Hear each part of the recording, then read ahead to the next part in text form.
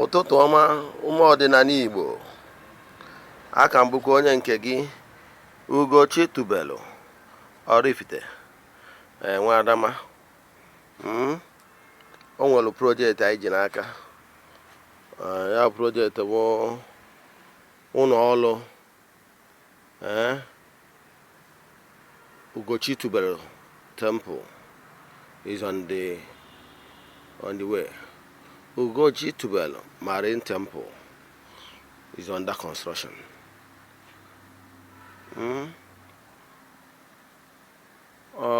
Ebe anyị ga-adọba ụlọ ọrụ maka Deity anyị ji alụ ọrụ, mmụọ na-apụ apụ, mmụọ na-apịawa ndị Amosu azụ, mmụọ na-azụ onye a na-achụ ochuchu. Onye bụ mmụọ ka a na-alụlụ ụlọ a. Ntọala Ugochi tubelu marine temple. Ntọala ya bụ Ugochi tubelu marine temple ka anyị tọrọ. Ị na-efu efu na ya bụ ọrụ abịago n'anya isi njedebe. Ọ dịlị nta. O nwere oge fụ anyị ga-arụsị ya rufuo ya, maka ya bụ Deity anyị na-ekwu maka ya, mmụọ na-apụ apụ na-apụsi ike, na-eji obodo oyibo.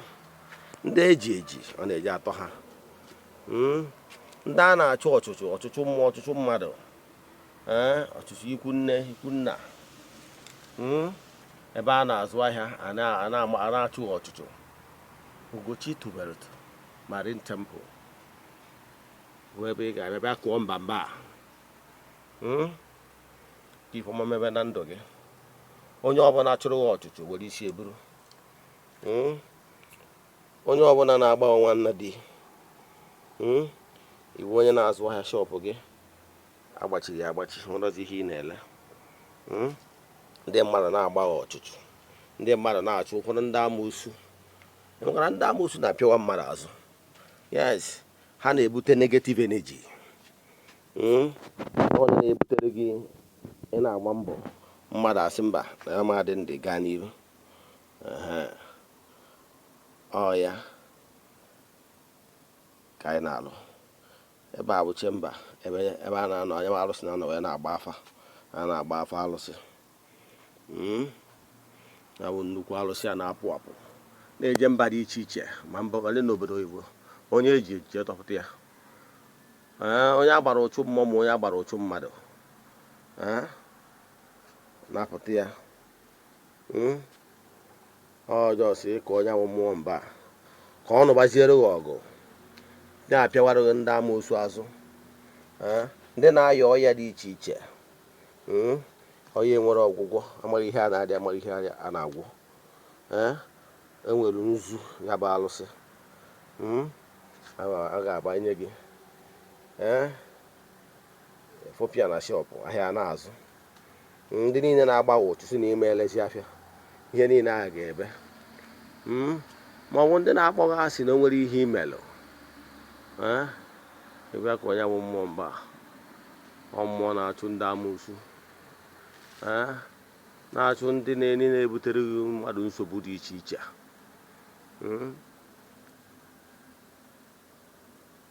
Anyị ebidogo. Ọ bụrụ na alụsị anya bụ temple, ebido mkpọbata. Registration is ongoing, sha. Yes, Ugochi tubelu temple. Ndị na-azụ ahịa were nzu ya bụ ịtụcha na shọpụ gị, ifeọma na-eme, feba na-abịa. Ndị na-achụ ọchụchụ were isi ha buru. Mmụọ na-apịawa ndị ajọ mmadụ azụ, ndị Amosu, egwu ndị ajọ mmụọ na ajọ mmadụ. Ọ mmụọ na-apụ apụ ka ọwụ. Ndị na-aya ọya dị iche iche nwere ọgwụgwọ, bịa were nzu ebe mmụọ lacha, nwere onwe gị. Ndị na-azụ ahịa efe n'ebe ha na-azụ ahịa ka ihe ọma na-eme. Ugochi tubelu marine temple under construction. Very soon anyị ga-emepe ụbọchị anyị ga-emepe mkpamkpa ga-akpa. Ndị mmadụ ga-esi mba dị iche iche wee bịa. a ga-anọkwa na Facebook live, ndị mmadụ ga-abịakwa dada a ga-egbu anụ dị iche iche. Mmemme ga-eme, ọ ga-adị online, ga-adịkwa na wa YouTube channel bọsụ a ga-emepe ya wee ebe na ndị mmadụ abịawago 25 na ha chọrọ ka a gbawata bịa kụọ mbaa mmụọ a na-apụ apụ ka ụtụ na ka emeri na ka ịkụ ọta ka ọ kwụsị,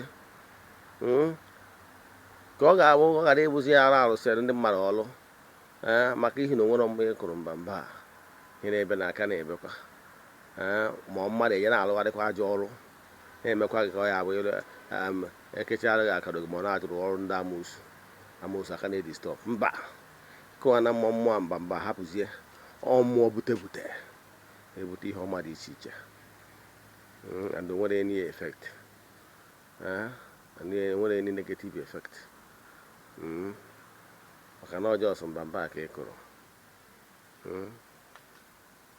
na-egburu mmụọ anụ ịpụta ihe ka ide ude daalụ na nwekwa ajụjụ ị nwere ịjụọ m Ugochi tubelu Oraifite Ugochi tubelu Marine Temple under construction.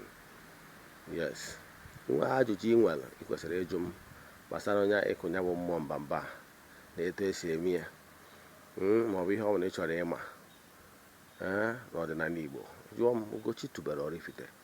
Send them a message na WhatsApp 08057837672. Ugochi tubelu Oraifite ka anyị nyere gị aka ka ịpụta ihe ka ị kwụsị ibe akwa a na-achụ ochuchu ka ọchịchị bee ka ịpụta ihe ka ime ihe gị na chi gị kwuru. Ya gazienụ.